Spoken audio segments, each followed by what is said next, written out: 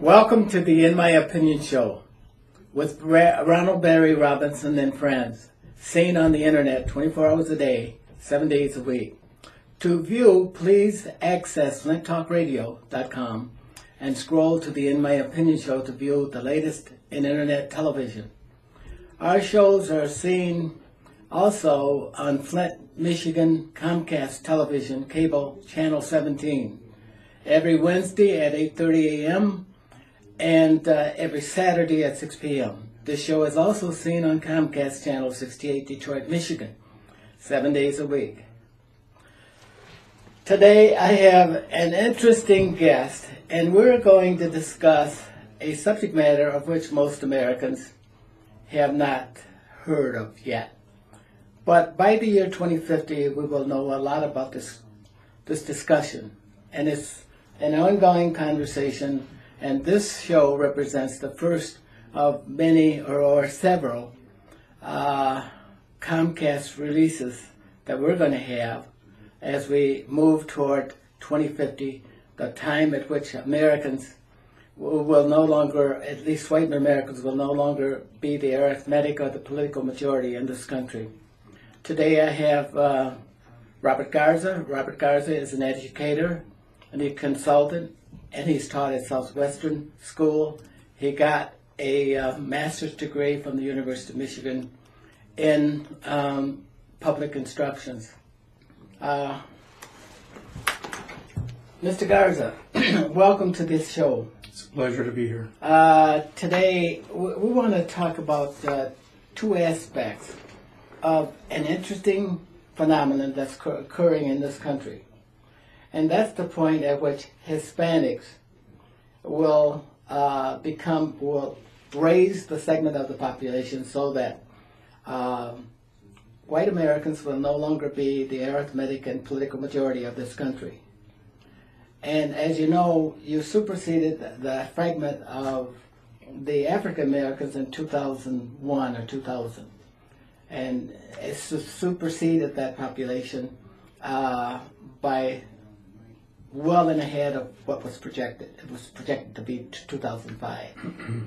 So I would like to have you, first of all, I have a note here that's from, and I don't think I can find it right now, but I'll just talk about it. Okay. I was, as you know, you had the debates the other night with Mitt Romney and Gingrich, and they referred to how they would repair the issue with immigration as it still affects the American border. Give me your reaction to that. Well, it was interesting. This was on the national news yesterday, and the interviewer asked both candidates, Romney and Gingrich, the same question, how are we going to deal with immigration? And what they were referring to was the immigration coming in from Mexico, not the general immigration that we deal with from world immigrants. So their solution to the problem was that we're going to add more border patrols, we're going to perhaps build a wall, and we're going to also stiffen the fines to the employers who hire the illegal workers that come in from through Mexico from Latin America. So that was their solution. There was no discussion on a comprehensive approach to this problem. And that's what a lot of organizations that represent Hispanics, Latinos in the United States want. They want a comprehensive approach to this. And that can only happen with discussion on the part of the United States. So there has to be like an international or a U.S. Latin American effort to bring about some reform. And if that's not done, it's really not going to work, because what they're saying that the solution is just walls, force, and fines. So That's offending to Hispanics. But first of all, before we go to that, why don't we set some boundaries and decide some definition of what we're talking about? Because Hispanics vary very much. For example, sometimes they're called Hispanics, Latinos, Latin, Mexican, Puerto Ricans, and so on and so forth. They're black Hispanics. Could you go through and kind of familiarize us with who those people are and their likely impact upon the American economy? Yes. Well, the term Hispanic was coined by the government for the purpose of census. So they want to put everybody that's from Spanish-speaking background under one umbrella. And so they're using that term Hispanic. But the term actually means a Spaniard. An Hispano is a Spaniard. So that was done for that particular purpose. Other terms or words that are used are Latino. And Latino, what that means is that Spanish, the language of Spanish, comes from Latin, the Latin language, right? So that's how that term came about, and it refers to people of Spanish-speaking backgrounds. So whether they're here in the United States, or they're in Mexico, Central America, the Caribbean, or South America. So that's how all that section of this part of the Western Hemisphere became to be known as Latin America. Another term that's it's also used is Mexican American. And let me clarify something first for our audience, is that often we forget about the term nationality. Nationality refers to the country that you're tied with or by birth. So we are U.S. nationals. We were born here in the United States, and we are U.S. nationals. A person who's born in Mexico is a Mexican national. And then the other term that sometimes we need to clarify is ethnic. That my ethnic background pertains to the Mexican people, right? But I'm a Mexican American because I was born here in the United States. That's just like the other ethnics that are represented from around the world, where they're German American, French American, Afro American, and so forth. And another term that I'd like the audience to understand is the term illegal alien. Now, illegal alien was first used and first coined way back in 1924 as a result of the Bracero program that we're going to talk about a little bit later on in this program. So it refers specifically, since 1924, to the illegals that come in from Mexico into the United States.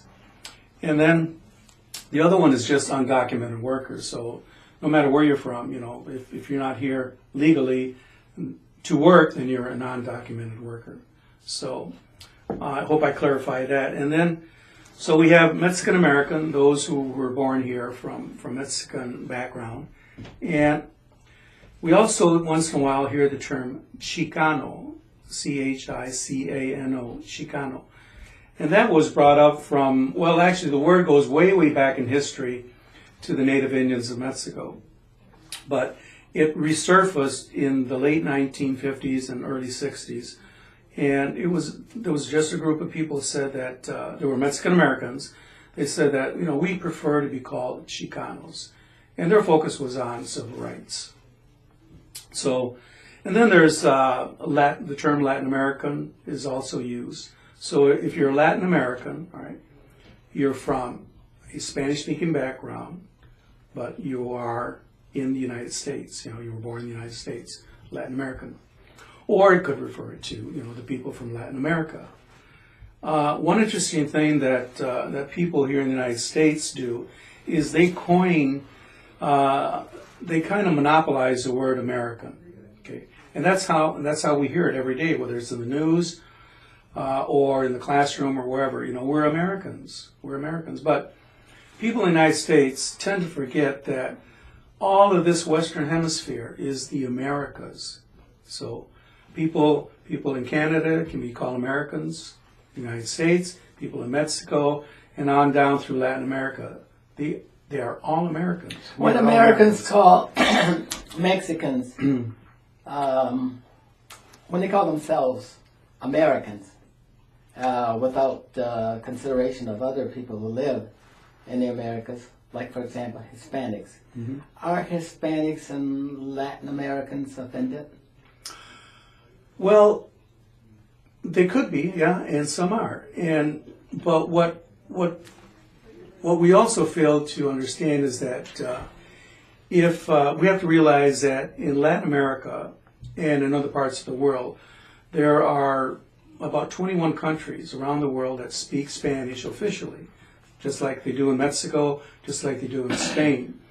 So when you approach those people, they prefer to be called their own nationality. So if you're in Spain, okay, they are Spanish, right? If you're in Mexico, they are Mexican. If you are in Colombia, they're Colombian, right? They prefer to be called, if you're in Colombia, they prefer to be called Colombian. Or if they're here, they prefer to be called Colombian and not Hispanic or Latinos or other words. Right? Is that contrary to the idea that Americans would like to see themselves as a melting pot? And by categorizing yourself into these clusters, unique clusters of different nationalities, are we creating domains of antagonism as we move toward a point in which whites will no longer be the arithmetic or political majorities, and therefore more of the leadership of the United States will fall to these Americans? Well, as far as the idea of being a melting pot, you know, that the idea of a melting pot has a long history. But originally, the melting pot was actually a play, and it was staged on a stage. And what this was about is that people on one side of the stage, people of color or people from other parts of the world, would go into this pot, and on the other side of the pot, they would come out as American. So that has to do with the ideas of assimilation and that idea that before I went into the pot, I had all my cultural things, right? When I came out of the pot, I left those cultural things behind. That's the idea of the melting pot. But today, Americans use that in a different context sometimes. That, yeah, we want to be a melting pot of different cultures, you know. But sometimes people want to hang on to their cultural things, like language, right? And on the other side, if you're American, traditionally, from the standpoint of the melting pot idea, you need to forget your culture, right? Let's focus, for example, on English. Let's do English only, right? Forget your language. Okay, but as we become a country that converges on one platform, where Hispanics will have, say, 1/3 of the voting strength in this country, and African Americans 1/4, and whites will have the rest of it. Do you see, as we categorize ourselves in these small groups, that poses a problem for unanimity in the country? Well, I don't think so. I mean, if you have common goals, Yeah. and basically historically with the people of color, their common goal is equality, you know, civil rights, you know, treat me equal like you treat everyone else, you know. Don't let it become something that is just artificial. You know? So no, I don't think so. I think. Do you think we can reach that pinnacle where we can look at each other as equals, where the platform is leveled enough for us to to live that Well, way? I certainly would hope so. I Even mean, when- those are the hopes of I think, all people of color and all ethnic groups is that, they do. They want equality. And it's the same thing that Barack Obama is talking about, that we need to equalize things. Well, my concern is that as the population rises and resources decline, the ones who will be standing last are the ones with the most money, the biggest guns, and with the structured authority. Can we, with that kind of a mentality, as we move to about 2050, when we now are truly multicultural, if you want to call it that, because Hispanics and African Americans will form that segment where they will be the controlling numbers in this country along the way. Well, I also think that the idea of being multicultural nation, we are a multicultural nation, right? But, we say that on one side, but on the other hand, we take it away. It's just like the English only idea, Why, if we're a multicultural nation, why don't we promote language study?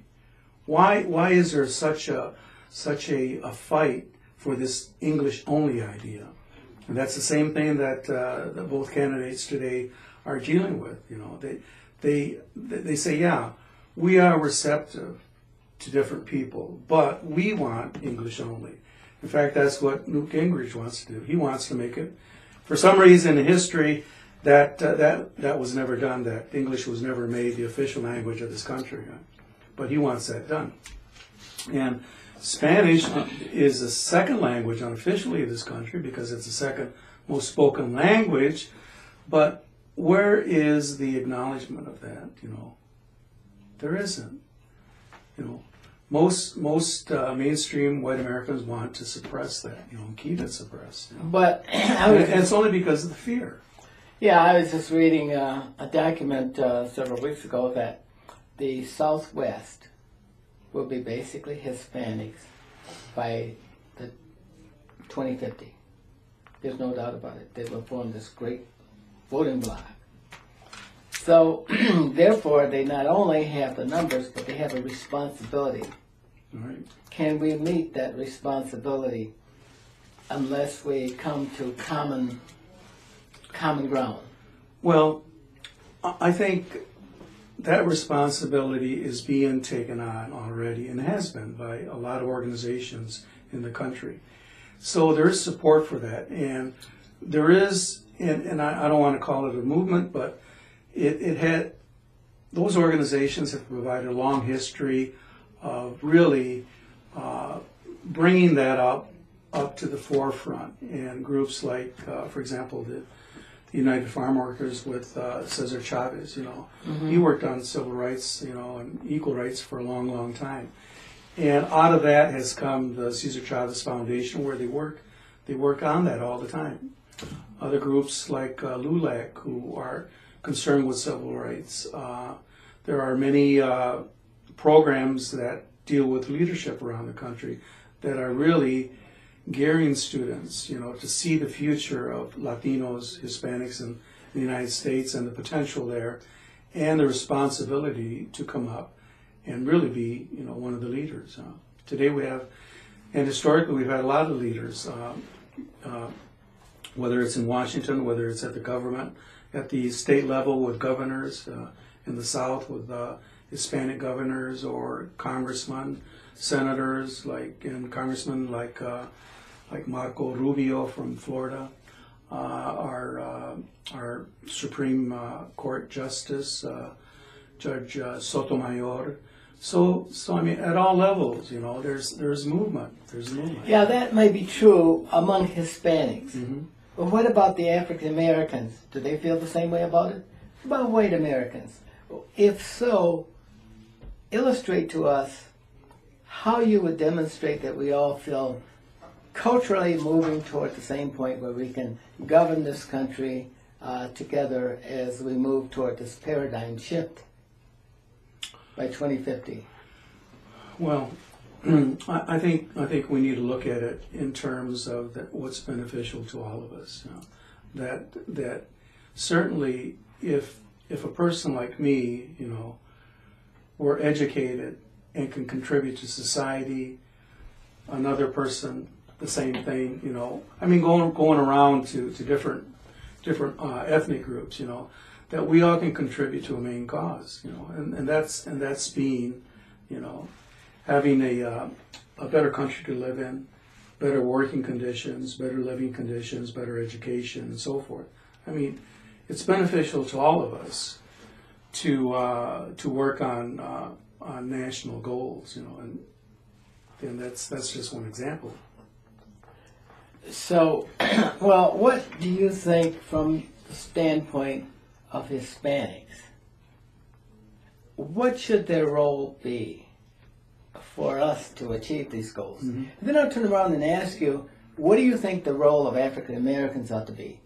Not that you can project that they'll do this, but what should their role? Because they have to accept the same kind of responsibility. Then I'm going to ask, what should white Americans be doing now? Not 2050. Mm-hmm. That we have to begin doing something now. Yeah. Well, one of the things that we can focus on for sure with Latinos, Hispanics, or the Black community is education.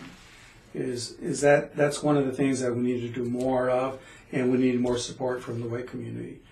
Because traditionally we've been excluded, and we are doing kind of a catch-up type of thing, right? And there might be people out there saying, you know, don't give me that catch-up business, you know. But it exists, all right? It exists when you take a look at data. For example, if you want to look at a particular college, you know, if you look at this particular college, how many people have you produced with bachelors, with masters, with PhDs, you know, in the area of Latinos, in the area of blacks, in the area of other people, you know? So I mean, that's one way that we can look at it, and that's very you know, we can count that, we can measure that. So education is a big thing that we need more support. Right, Latinos, blacks also have a high dropout rate from high school, so we need more with that. We need more people. I mean, more students involved in the STEM education, where we deal with science, technology, engineering, math. We need to get more minorities in there. Right? We need to support that. And colleges are, you know, to some extent supporting that, saying that, you know, we need to meet our quota and so forth. So there's work. There's work that has been done, but we need more work. We also need minorities more involved in the nonprofits and still with civil rights, because there's always more to do with that. So those are some of the things that we need support from all people in the United States. Do you think that's possible with the United States becoming a nation in decline, with the loss of resources, the rising population? Do you think that people have the political will to provide more resources to Hispanics or African Americans, for example, to achieve this level playing field, to appease African Americans or Hispanics? Do you think that that's possible? Well, it's been possible a lot to this point because of the initiative that the people of color have taken upon themselves, right?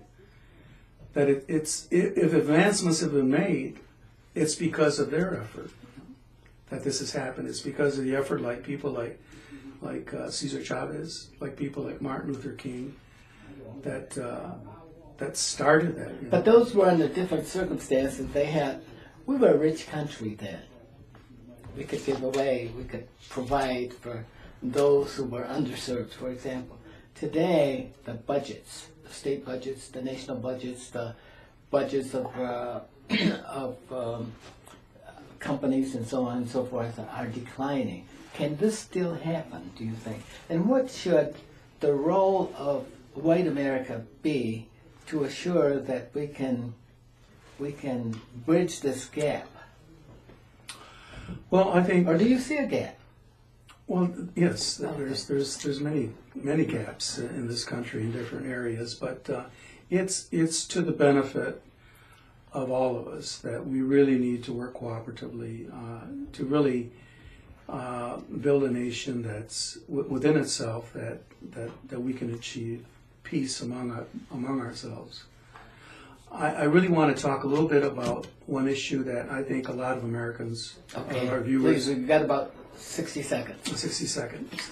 And this is the issue that many of our viewers and people in the United States really don't understand where the illegal immigration is coming from. They believe that it's just coming from Mexico, but it's coming from all of Latin America.